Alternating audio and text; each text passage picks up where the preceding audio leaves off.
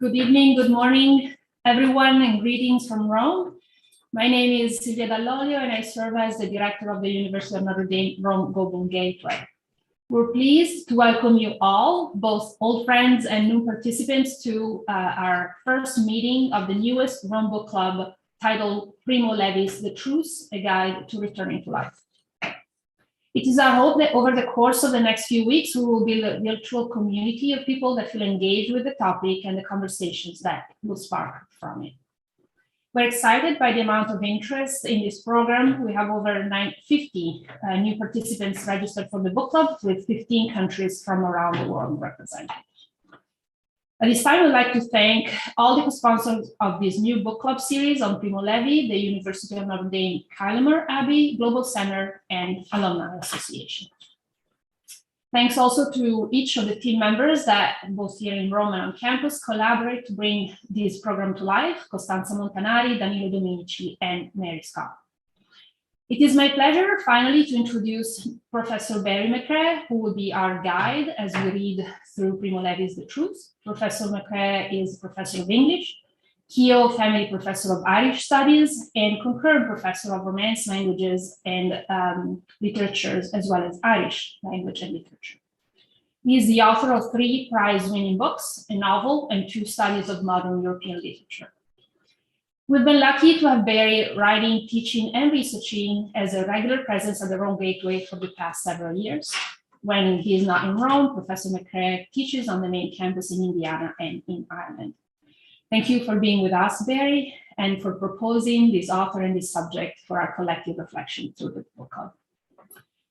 Primo Levi is one of the most renowned contemporary Italian writers, and the work of his The Truce was written more than 15 years after the end of World War II. In The Truce, Levi tells the story of his long journey home from Auschwitz after the liberation. As Professor Mcrae commented in one of the introductory videos to the program, Levi's journey is at once physical and spiritual, and offers reflections on how we're changed by the experience of catastrophe, and how to go about coming back to life after suspension and distancing. This week, Professor Mcrae will focus on the first 5 chapters of the book. Before leaving the virtual floor to him, allow me to share just a brief operational instructions. We've designed this book club to be as open to audience participation as possible. So if you have questions, please use the Google form that we are sharing with you right now. We will try and answer as many questions as possible during our time today, but if we don't get to all of them, please remember that we have a private moderated discussion board on LinkedIn to continue the discussion. As you may know, when we promoted this event, we shared a few pre-recorded videos that are posted on the ThinkND website. For those of you who have not had the chance to watch them, I would recommend going to ThinkND, where you will find them. This is all from me. The microphone is yours. Thank you. Thank you very much, and you're welcome, everybody. I'd like to quickly echo Silvia's thanks, offer my thanks to Silvia herself, and then echo her thanks to everybody else. This really is a team effort from the Gateway and from ThinkND. So I'm not an expert myself on the work of Primo Levi. I'm somebody who reads him with great passion, and I found myself, as the lockdown was coming to an end, I found myself thinking a lot about this book, The Truce. And for that reason, I think it has aspects to it that are quite unusual and that can offer us something of a guide, or at least a set of helpful principles as we negotiate our way through our own truce, the strange moment we find ourselves in when we're not fully sure if the pandemic is over, if it is over, how over, or for how long. So Levi was born in 1919 in Turin, in the northwest of Italy. To a Jewish family, in the Piedmontese Jewish family. He studied chemistry, and this part of his background, the fact that he was a scientist, is absolutely key, I think, to understanding his particular genius as a writer. And every sentence almost in Levi's work, he is both a scientist, an observer of what's happening around him, somebody who's deducing laws and principles from what he sees happening around him, as well as a novelist, a poet, if you like, somebody who's looking at deeper meanings behind it. So he studied chemistry in Turin. He joined the partisans and fought against the fascists in the mountains in the north of Italy. He was captured, sent to Auschwitz, and he was one of the very few people who came back alive. Out of this very small number of people who survived Auschwitz, it just so happens that one of them was a great writer. We don't know if Levi would have become a writer if he hadn't gone to the camps. He might have just been a chemist, as had been his plan. We don't know. But we do know that what he left us was a precious testimony historically and a great work of literature that came out, great works of literature that came out of this experience. So he is driven by an impulse to record what happened. He saw things, experienced things that he knew had to be recorded for posterity. But also because he was a great writer and indeed a scientist, this is all painted on a much broader human canvas. As Sylvia mentioned in her introduction, this book, The Truce, was written quite a distance after he left Auschwitz, 15 years later, and it's partly fictionalized. The writer in Levi, the novelist, rearranges, combines, concentrates, changes things in order to access deeper truths within the experience that he had and communicate these deeper truths to readers. And this is something to keep in mind as you go along. This book is much more artful and much more carefully constructed than seems on the surface. And that's because it is trying to communicate to us important and deeper truths behind the surface, underneath the surface of what we're seeing. It's a book filled with encounters. That's how it works. The main narrative engine we have is the human encounter. And all of these encounters can be read in two ways. Descriptions of the types of people Levi met during and after the war, in the camp and afterwards. Some of these represent civilizations or ways of life that were wiped out by the Holocaust, and Levi's keen to record them for that reason. They're also often funny, slapstick, quirky, colorful portraits of individual human beings. But these people that he encounters, and these encounters that he describes in the text, also are emissaries who bring with them psychological or spiritual truths to help Levi on his psychological journey from death and the camps back to life.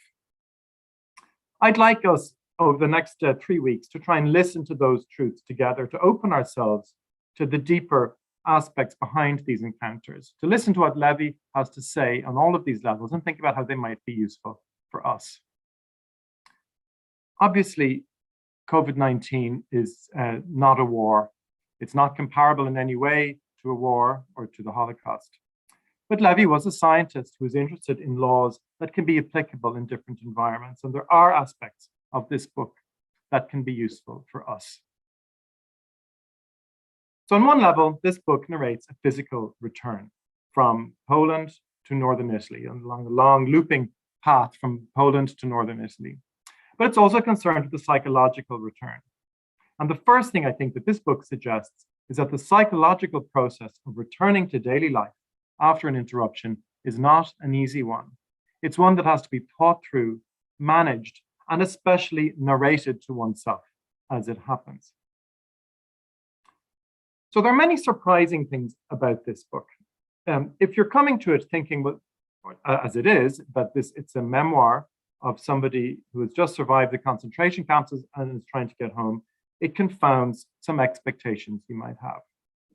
One of them is that the book is so enjoyable, that it's so funny. It's not something we expect in this context, but also that there is such a lack of moral judgment. So little space and energy is given to judging, blaming, or accounting for the sins of others that Levi suffers. It's not that the Nazis or anybody else are let off the hook. It's that Levi decides to invest his energy, his creative energies, in something else, in building and moving forward rather than in retribution. He decides not to allow the camps or the Nazis to take up any more space than they already have, but to center other things. The enjoyability of the book is part of this. We have somebody who is learning to reacclimatize himself to the idea is something that is beautiful and fun. But this reacclimatization to pleasure, if you like, is also a painful process. So, as I said, the novel is much more artfully constructed than appears on the surface. And to look at how this works, I'd like to go through with you now the opening to the book, the way that Levi starts us off. So the first line of the first paragraph is this. In the first days of January 1945, the Germans, under pressure from the approaching Red Army, had hastily evacuated the Silesian mineral basin. Now, when you've read the whole book, or when you've moved further on in the book, you realize that this is actually quite an unusual tone and unusual perspective to take. It's a broad historical set of facts. So we start with the bare facts on the broadest level possible, the big geopolitical situation, which is a vital context for any individual to understand themselves. We start with that because we can't understand anything without it. But once that's out of the way in the first paragraph, look what happens. We move in paragraph 2. We move from that big, enormous geopolitical framework and huge geographical entities such as the Silesian basin to a much more particular and local reality of the group. This is the first line of the second paragraph. In the Bunamonovitz infirmary, 800 of us remained. Of these, around 500 died of their illnesses or of cold or hunger. Then as we move from the second paragraph to the third, the perspective becomes more localized still. We move down to one day, and in fact, to a particular time of day, and to 2 people. This is the line that opens the third paragraph. The first Russian patrol came in view of the camp around midday on January the 27th, 1945. Charles and I were the first to catch sight of it. We were carrying to the common grave the body of Somoji, the first of the men in our room to die. So this looks like we're just getting a series of facts, but Levi is very careful in mapping out the scale, a slowly changing scale of events. We start with the geopolitical situation, Europe, Germans, Russians, the Silesian basin. We move down to the infirmary where he is with 800 other people. And then finally, we move down to Charles and I and the corpse that they're carrying. Look how long it takes to get to the pronoun I. We're used in a memoir to the narrator starting usually with I, me. In this case, and it will be the case for the whole book, the key pronoun is we. All of the realities here have to be understood as we, as collective experiences. Reality cannot be processed alone. Just as you cannot survive physically without the help of others, we also cannot survive mentally without them. So after these first 3 paragraphs where we move down from the broader context right to the individual context, after that we have descriptions of the different people that are in the infirmary with Levi as the book opens. And they're all different. They all find themselves at different moments in how they've processed their experience. One person is that in his sleep is repeating orders, Nazi orders in German. Other people are much further ahead. The poison of the camps, Levi says, has reached different levels in different survivors. Some of them are still completely mentally stuck in the regime of the camps. Some of them are much further ahead. There's an essential point here that comes up throughout the book that I think we can take for ourselves coming out of the pandemic, which is that the timing of exit from any disaster or for any difficult or traumatic situation is different for everybody. We need other people to accompany us on the journey, but not everybody is on the same timing. In fact, people are always on different timings. We cannot expect other people to be on the same timing as ourselves. And so if we're going to look for company and comfort from others in this kind of journey, we have to get into a sort of negotiation with others, whereby we understand what their timeline is compared to what our timeline is. And this is why talking, listening, and bartering are so important in this book. We find that well, we're going to talk about this next week, but exchange and commerce, buying and selling and trading are key in this book, partly for this reason, that we must always be negotiating our own mental world with the mental world of others, which is what somebody who's bartering or bargaining does. So then Levi says, quote, "In the course of those few days, an enormous change had taken place around me. It had been the last great swing of the scythe, the closing of accounts. The dying were dead. In everyone else, life was beginning to flow tumultuously. Now, this idea that the flow of life is tumultuous is another key theme that runs throughout the book. The truce of the title is a moment between one order and another order. We're in a moment of in-between disorder. The return of life is something that is chaotic, by its own nature, disorderly, not ordered. How do we understand it, this chaos, the sudden explosion of life, the chaos that happens after order? And again, I don't want to emphasize too much parallels between the pandemic and what Levi's saying here, but I hope that they'll suggest themselves to you as analogous ideas. That when we move out of a regime of order, there's always a period of disorder, which is as we return to ordinary life and especially to ordinary pleasure, that is difficult to process or requires effort. So there's lots of different ways in which this disorder is managed in the book psychologically. I'm just going to mention one of them right now, which is what we might call the mythic method. That Levi, when faced with disorder or chaos, attaches it mentally to something that he knows from his own store of cultural references. These are often, in his case, classical European culture, but sometimes also the Torah. So here's one example of it from the beginning of the chapter about the Greek. I can't recall exactly how and when my Greek emerged out of the nothingness. In those days and in those places, shortly after the front passed, a high wind blew over the face of the earth. The world around us seemed to have returned to a primal chaos and was swarming with deformed, defective, abnormal human examples, and each of them was tossing about in blind or deliberate motion, anxiously searching for his own place, his own sphere. So here we have the panic, if you like, of being in the midst of disorder and chaos and no longer being able to figure out where one stands in the world, what one's place is in the world anymore. The world has changed so much that it's hard to know where one stands in relation to the world itself or in relation to others. But Levi throws into the middle of this line, a high wind blew over the face of the earth, which brings us to the book of Genesis in the Bible, God's breath on the waters. And it's just that little reference to something that he knows that allows him to situate himself for a moment in this chaos. With this cultural reference is a kind of anchor for him. Another mechanism is what we might call carnival. In this in-between space, we have what anthropologists call carnival. And anthropologists suggest to us that in most cultures, the idea of carnival is very important. A moment when order is suspended and roles are reversed or replayed in a kind of pantomime parodic form.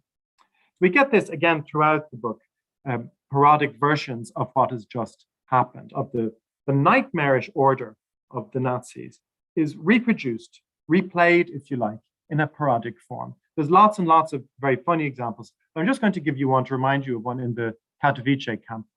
We have a man called Rovi, who's an Italian man who just appoints himself in charge. He has no authority, nobody appoints him, and he just decides that he is in charge of everything.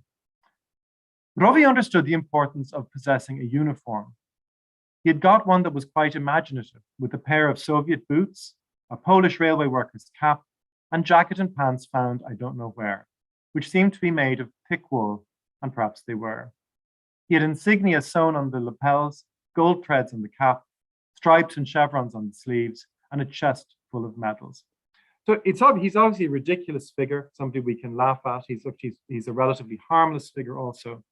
But we can see in this parodic figure in front of us, in this ridiculous uniform filled with bits and pieces, scraps he's found here and there, we can already see Levi processing the nightmarish version of this, the kind of real life version that happened before, people in uniform giving orders.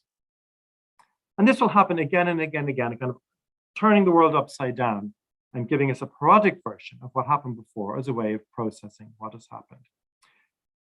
But in all of these things, starting from the facts at the beginning, the key first step to accomplish is to establish the bare facts of what has happened, one cannot move to a re-enchantment of the world without first being very clear in one's own mind as to what exactly has happened, reminding oneself what has happened, telling others what has happened, and listening to others' accounts of what happened to them.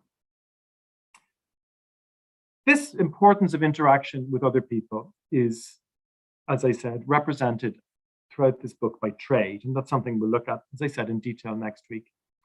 We see in the chapters you read for today a move also from charity to commerce. There's a few different moments when that happens, when they're in the Italian barracks, for example, but a series of other ones.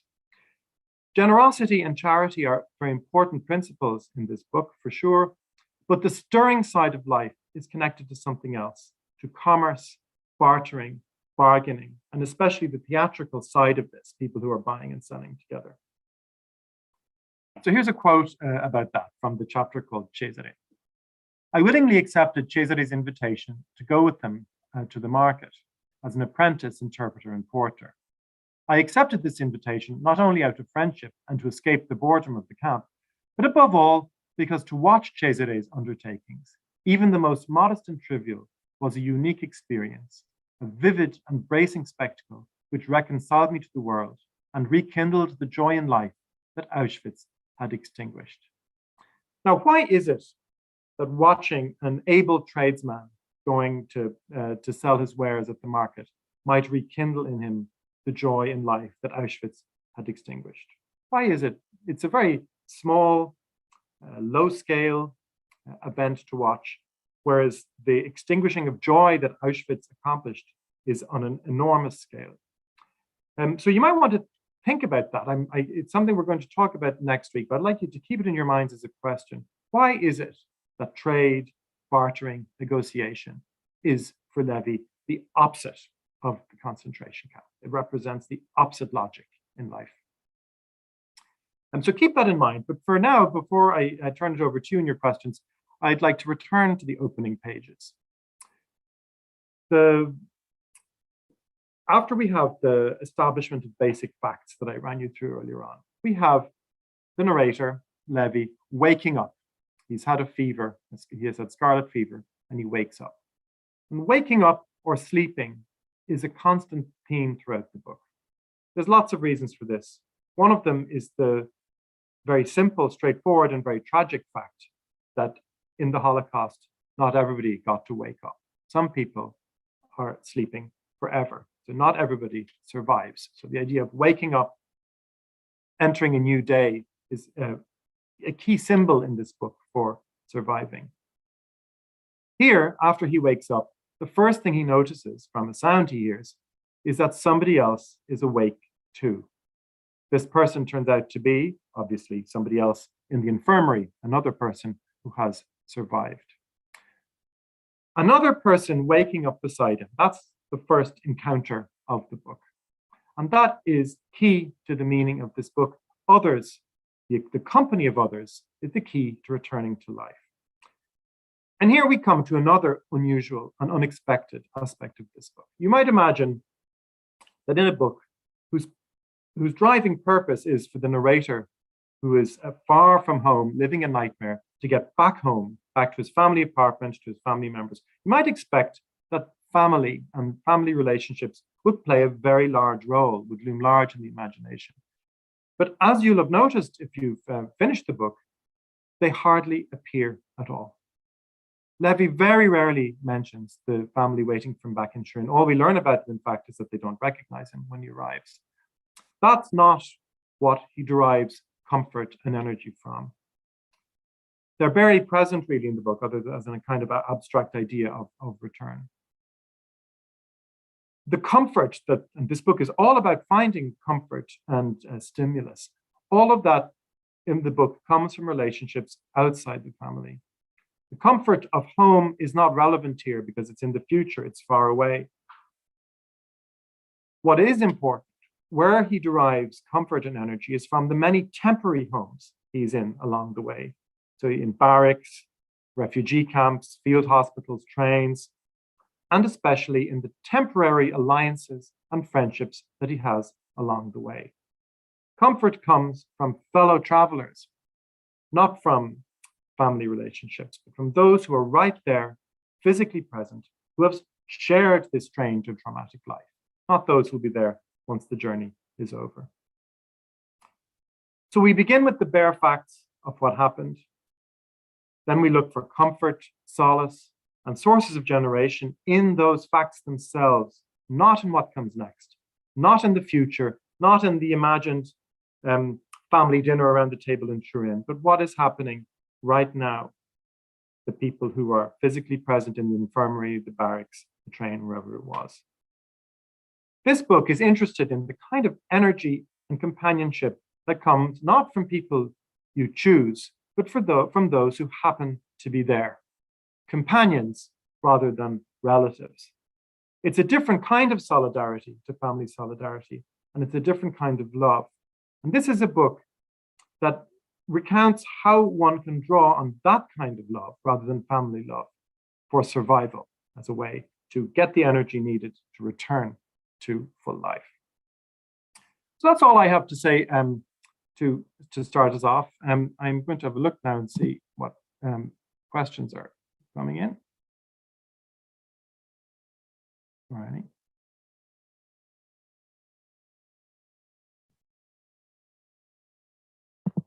I'll give you a second there to think of questions if you have any. One thing I'm curious to hear from you in general is what stands out in your minds, because it is an unusual book, a book that I think isn't what we expect from a Holocaust memoir. If there's something that struck you in your own reading, something that surprised you in what you read, I'd like to hear about it.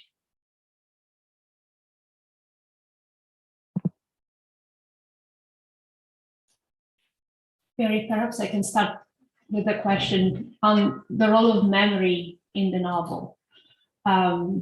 You mentioned the absence or very kind of far away memory of family, but also the centrality of the establishing of the basic facts 15 years after. Can you expand a little bit or comment a little more on this? Well, he does something very complex with that, because it is 15 years later, but he gives us the facts as though they had just happened, as though they were just very fresh in his mind. But there's a lot of art behind that. These are, in fact, ideas of memories rather than memories themselves, I think, that have been carefully elaborated in his mind over the intervening years. But what he's most committed to doing, I think, is trying to put on the record realities that don't usually leave a trace. So the first impulse of the survivor is to leave in the historical record the memory of what happened. And this is something that comes up again and again and again, both in Levi's earlier book and in this one. The need to narrate, the need to tell one's story so that it will be known that this happened. But Levi expands that from the facts of the Holocaust, the crimes of the Nazis, to all sorts of fleeting feelings, encounters, experiences that don't usually leave a trace.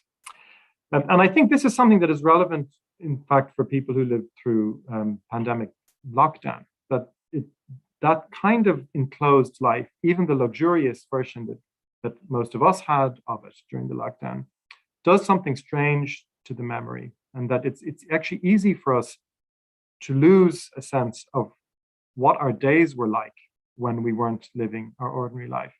And for Levi, psychological survival or psychological progression is, for that to happen, it's very important to allow what happened, the day-to-day life in this strange moment, to allow that to leave a trace, and to recreate it. That's, I think, what he's keen on doing here. There's also this, I want to say one word, that narrating and telling is also key to remembering. And there's moments in the book where Levi finds himself surprised at what he hears himself say, there's two moments in particular. One where he meets a priest and speaks to him in Latin, and he says that the feeling that he gets of telling his story in Latin rather than another language makes it suddenly feel like historical fact. And there's another moment then when he tells a Polish lawyer about his experience, and he also is suddenly struck by the reality of it. So narrating, telling other people what happened to you is key to it, but also listening to what other people have to say, being the repository for other people's memories. That's also something that he thinks is his duty in this book too, I think.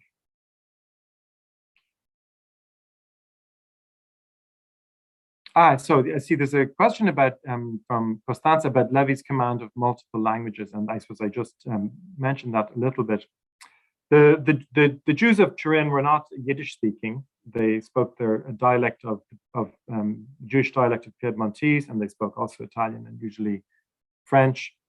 And there is a sense of, there's a funny moment in the book where Levi meets some Eastern European Jewish people who don't believe he's Jewish because he doesn't speak Yiddish. So there is this sense throughout the book that Jewishness is something that is not, it's a type of identity that is not rooted in a language. And again, as Levi always does, he moves this to a whole new level, and he thinks of humanity and experience as something that is not connected to one nation or one language, but something that can exist in multiple languages and multiple contexts at once. So there's also a question about how much is fact and how much is fiction. I don't know the answer to that, how much is fact and how much is fiction. I do know that the character of Cesare is very different from the person that Levi ostensibly based him on. He gives him a different social class, for example, and a few other differences. And part of the reason for that is that Levi wanted to capture something of the spirit of the Roman Jewish population, this kind of working class vitality that he felt had been wiped out by the Holocaust. And so he attributes some of these characteristics to Cesare so that they can be recorded for posterity in the book. So there's a question about the English translation. I'm not sure we all read the same translation, so I'm just going to. Did Stuart Wolfe ever speak about his decision to use words such as pudency and monato-like? Well, that's a good question. I read and recommended, and I recommend a translation by Anne Goldstein, who is also the person who translated the novels of Elena Ferrante. And it is, I can't speak to Stuart Wolfe translation because I haven't seen it, but I can say that Anne Goldstein's translation is very idiomatic and very, very fluent. I would say, though, that Levi writes in a very high style of Italian, and this is part of the dignity that he affords the experiences that he had. It's a very formal, very literary, very cultivated form of Italian.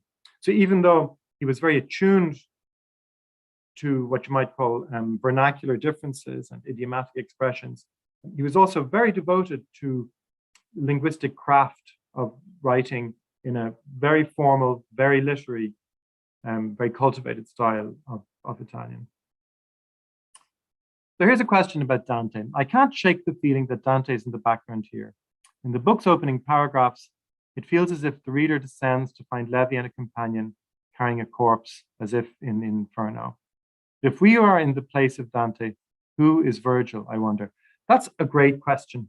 And you're absolutely right. And if you've read the previous book, If This Is a Man, there's a very explicit reference to Dante and the Inferno in it. So when Dante is in hell, he is able to make his way through hell and out the other side, thanks to the help and companionship of Virgil. That's the person who's beside him. He sometimes has to translate for him, in fact, to the people he meets. And that idea that you need somebody to accompany you through hell, I think that's one of the many things that Levi gets from Dante, that this is in many ways an anti-individualistic book. It suggests that companionship is necessary. It's also, and this is something that I want to talk about next week, but I'll just mention it now. It's a very secular book. It's a book written by an atheist in which salvation and grace are things that come from other human beings. They don't come from heaven or from supernatural beings, from angels or devils or saints, or they come from other human beings. Companionship, the company of others, is where salvation and grace come from in this world.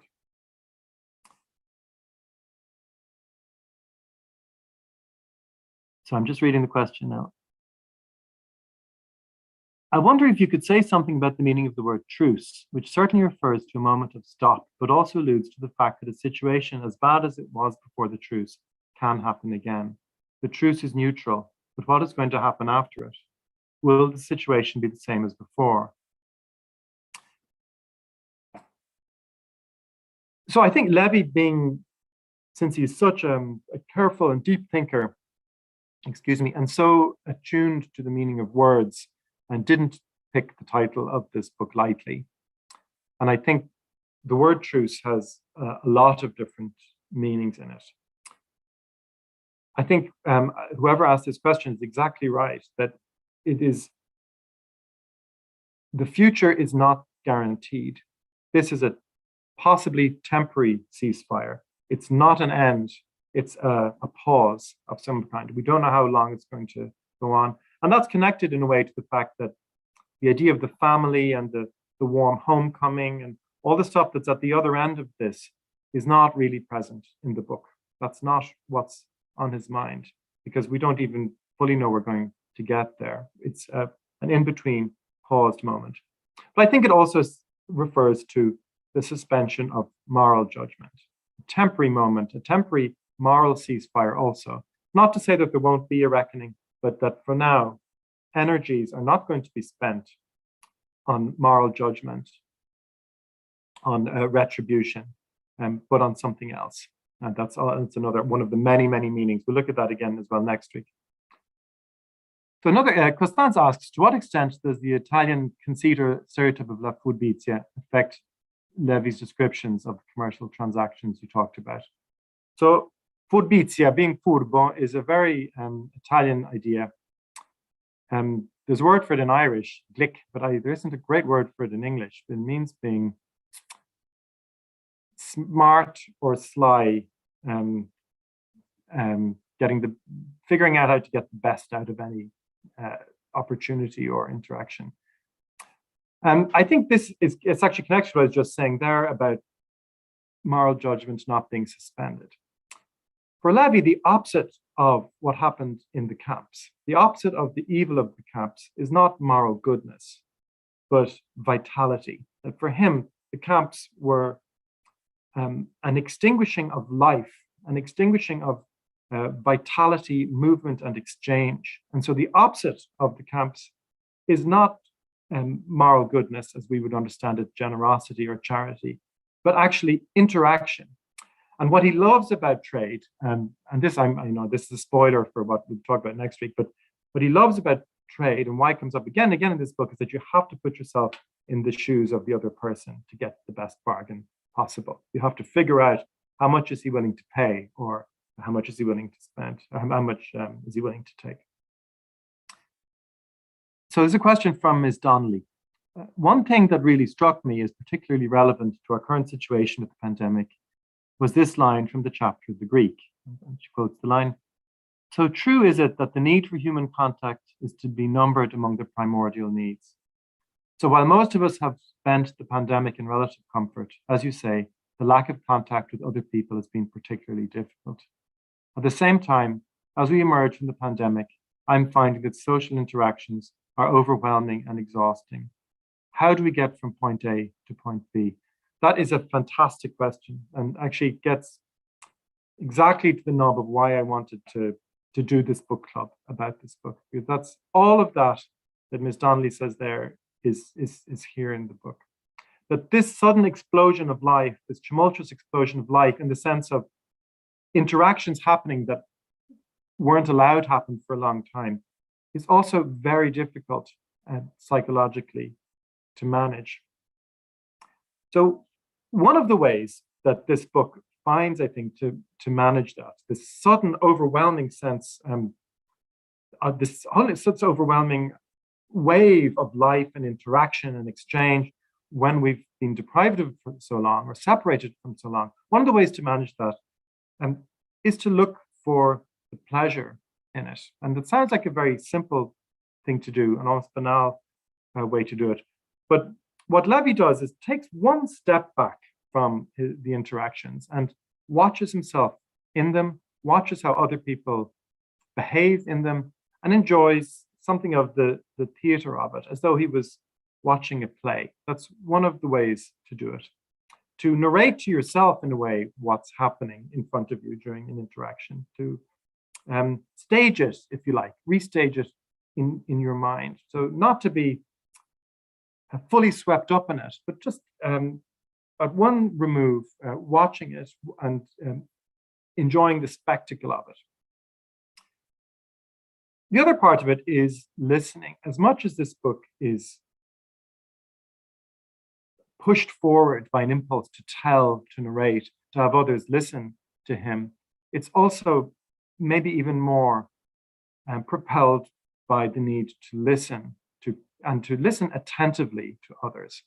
So not just to kind of listen in order to respond, but a very deep kind of opening up to the voice of other people and the experiences of other people, and to let them come into our minds and enrich them. It's not only about inserting ourselves back into the world, but looking at others in the world and opening ourselves to their experiences, opening our ears to their stories and letting them come into us.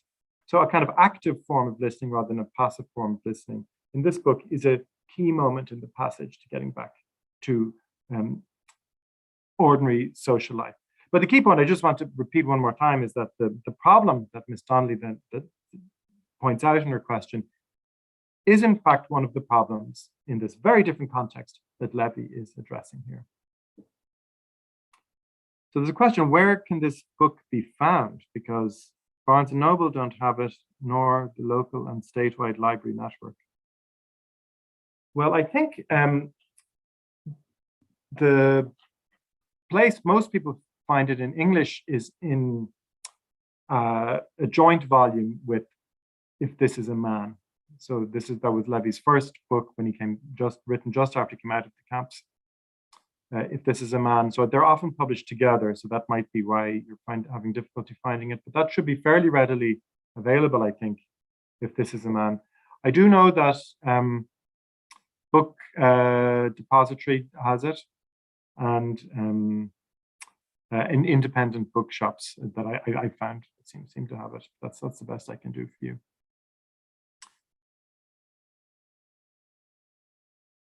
So why didn't he write, this Kelsey Barry asks, why didn't he write about his family since he wrote this so many years later? I think it's because he wanted to record that in a truce, in this moment of transition, of course, what he wants nothing more. He wants nothing more than to go back and sleep in his own bed. That's what he wants. And this is very relevant for us, I think. What he wants is to forget Auschwitz, put all of that behind him, and just go home and sleep in his own bed and be with them. But he forces himself imaginatively to dwell in this in-between moment, because it's the bit that otherwise would be easily forgotten. That if you just went from the experience of confinement, of imprisonment, straight to the world of family and home and homecoming, something very important, a very important in-between experience would be lost. Because, Levi had already had these experiences, the ones that are recounted in this book. He'd already had those when he wrote his first concentration camp memoir, If This Is a Man, but they don't appear in it at all. We just have mostly the Auschwitz part of it. But he decided then, when in the early 1960s, when he decided to go back and revisit this experience, he decided very deliberately to force himself to dwell in this in-between moment. And it's because it's the moment that would be most easily papered over or forgotten or edited out. first I was in Auschwitz and then I got home. But between that, and I think one thing we learned from this book is just how psychologically important it is, how crucial it is to force ourselves to dwell in these strange in-between moments that we usually don't remember, that can quickly be passed by or edited out. I think that's why. He does write about his extended family, also very, very humorous and entertaining ways in the periodic table. It's a book that I also suggest you read. And there we get a picture of Jewish life in Piedmont that is not just about the Holocaust. But that's why they don't appear here. The company and the relationships he's interested in are ones that don't last. So family are relationships that by definition, one way or another, last.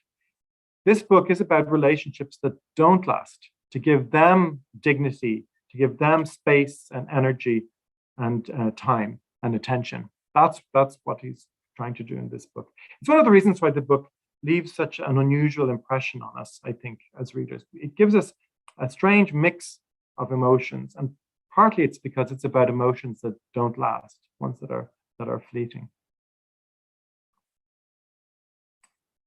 So there's a question about how this book compares to Viktor Frankl's book, Man's Search for Meaning, about his concentration camp experiences.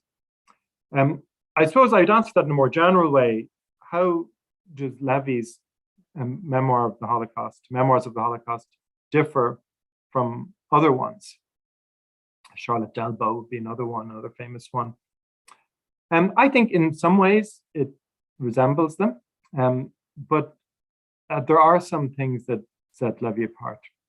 One, as I keep repeating, was that he was both a scientist and a writer. He was equally both of those things. And you can see that at work in this novel, that he's always observing very carefully what's in front of him. And then after and you see this almost at the level of the paragraph, that he'll give us a fact or an image, something that is a very concrete thing that happens. And then after that, he will give us a kind of poetic interpretation of it, or sometimes a poetic comparison. So I think that's one of the things, one of the reasons for that. Right, so Emer O'Dwyer asks, did Levi ever comment on why he waited 16 years to follow up on If This Is a Man with this sequel? So there is a fairly concrete reason for this, which is that If This Is a Man was not successful when it was published first. So he came back from the camps, back to Turin, where he started working as a chemist again. He wrote the first draft, the first version rather, of If This Is a Man, and it was published by a small press. But it sold very little. It was praised by some important people, but it sold very little, made very little impact. And so he just went back to being a chemist. And this is something I also find fascinating, one of these unanswered questions. Would Levi have been a writer without these experiences, or would he not? So the reason he didn't write it was because he was busy being a chemist and back in his ordinary life. But If This Was a Man then was republished in a different form, in a revised version later on, and it was a huge success. It was published by a much bigger publishing house. And this made him decide to go back and take up the story where it left off and write this book, The Truce. And one of the things that I find interesting about this book, especially if you read it after reading If This Is a Man, that you can see Levi deciding to be a writer. Whereas in the first book, it is a very beautiful and very literary book, but it is also driven by this very immediate urge to narrate what happened to him. In this book, The Truce, it still has that urge, but there's also a sense in which he is kind of settling into himself as a writer as well as a scientist. And that's one of the reasons why the portraits of the people he meets are so vivid and so funny.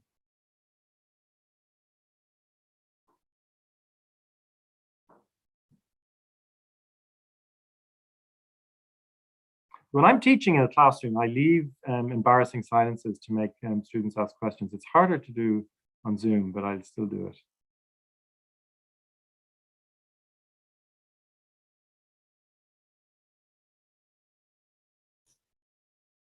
one of the questions that we received, Barry, I don't know if you saw that, is I thought the same thing about Dante. Levi even mentions purgatory.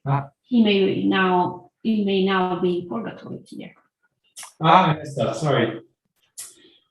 Well, what is purgatory? It's a state of waiting. And it's the people you're with in, I mean, this is kind of a slightly silly way to put it, but the people you're with in purgatory are not the people you're going to be with later. And I think that's true. This is not, he's been in hell and he's in this in-between stage. But again, this book, if we think of it as a tripartite structure, hell, purgatory, and heaven, this book also it isn't interested in hell. It is not anymore going to spend its energy on describing what happened in Auschwitz or in condemning the Nazis for the horrors that they perpetrated. And it's also not interested in heaven. It's not going to give us I know they don't have Thanksgiving in Italy, but let's call it Thanksgiving dinner back at home and everybody's happily back around the table. It's not interested in either of those things. It is interested in the purgatory part of it, the bit in the middle that is the bit that is most easily wiped out and forgotten. I think there's also, the fact that you need people to help you get out of purgatory, and that's also part of it. That nobody. This is not a book about people doing things on their own. There's even Mort O'Nahum, who is in some ways a very self-centered character, is very aware of the necessity of having somebody else with them as a companion to help. You can do much more with other people than you can on your own. So how do people in Italy read or think about Levi today? Has he experienced any significant reappraisals since 1947? Well, again, I'm not an expert on this, but I think he's certainly considered one of the major Italian writers of the 20th century. So he is several different things. One of them is a key witness to the Holocaust. His testimony is absolutely vital for our historical understanding of concentration camps. But he's also just considered, quite apart from that, one of the major writers in Italian in the 20th century. My feeling is that he's a writer that comes up there's always interest in him, but comes up at different times, at certain moments. He excites more interest than others. I think this is a moment when people are interested in him. There's broader reasons for that. Part of it is that I think living memory of the Second World War is slowly fading away, and that's one of the reasons. I myself found him a great comfort during the pandemic, but that's a kind of a particular thing. But he's also the testimony he's left behind is not only actually about the concentration camps, but also about ways of life before the war, ways of speaking. He's always has an anthropological eye for the way people behave and speak. But he is also just a master of Italian prose, and he had this enormous literary culture to bring to bear on it. There's Alex Riker, who I think, if you're Alex, who was my student years ago, very nice to hear from you again. And it's about Ulysses, so it probably is you, Alex. There's a brief reference to Ulysses at a moment in the reading for today. Do we think this book maps to the epic paradigm in any way? If so, is this wandering or return about? Well, that is you, Alex, because you wrote your undergraduate thesis on wandering and return in Ulysses. It's a great question. The figure of Ulysses comes up in Levi's previous novel, If This Is a Man. He's a key moment. It's Dante's Ulysses, but Levi is thinking of the figure of Ulysses. There are many reasons for this. One of them is a very concrete, immediate, and sad reason, which is that Odysseus, also known as Ulysses, is the only one who makes it home alive. If you think about it, in the Odyssey, Odysseus's companions are drowned, devoured by monsters, burned, turned into pigs. He's the only one who makes it back, and on this very long journey. And I think that's one of the ways in which Levi feels a sense of affinity with Odysseus, the person who is the only survivor the only one who can tell the story of where he's been. And I think at several different moments, Levi uses the epic paradigm and his knowledge of classical literature to give a dignity to experiences that otherwise are very degrading.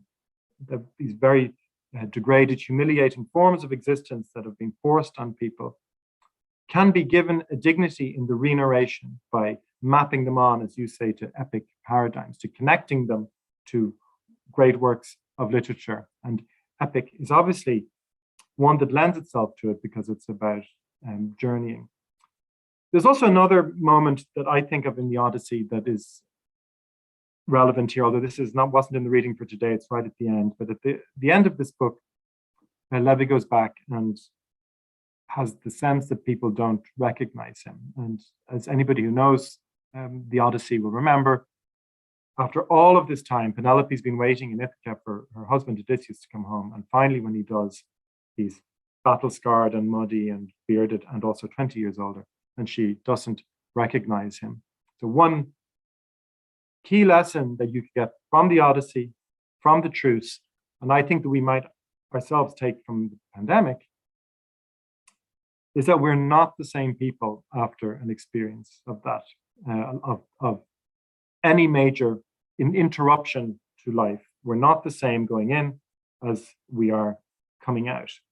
And that our expectations of a return have to include that truth within them. However we expect a return to be, and the ways we imagine, the ways we decide to manage return, has to be done in the knowledge that it's not a return to before. It's only return in the sense that certain things can start up again. There is only movement forward. There is no movement back. We can only keep going ahead, ahead, ahead. And we're not the same people. When we arrive back finally at our destination, we're not the same people that we're setting out. And this actually brings together a lot of the questions that came up today. And that's why narrating the middle bit of it, the journey, is so important, to keep that middle, that process in mind. And this book is, one of the things you might notice that it's very focused on the seasons. It keeps mentioning the seasons. It's something very important. And I think that's because the process of change is the reality here. That the idea of return, of starting over, of taking up where you left off, is a fantasy. That can't happen. Every return is a new start. We're not the same people when we arrive home that we were starting out. That's something you get from the Odyssey as well as from this, the Truce. Thank you, Barry. I don't know, maybe we have one moment for one last question that I see here about epic, or many epic. You commented on that already. I think, no, maybe we covered them all. Thank you. You are thank you for your thought-provoking, as always, very, very insightful comments. And I think I'll close here just with a couple of notes on next week's meeting, exactly a week from today. So part 2 will be available on the Think and Be website with short explainer videos. And please review, come prepared to discuss next week. Feel free to share this series with family and friends. We are accepting registration throughout the entire program, and each meeting can stand alone. Thank you again for joining us today, and see you next week. There, if you want to say final goodbye, please. Thank you for coming, everybody. Have a look at the videos and see you next week.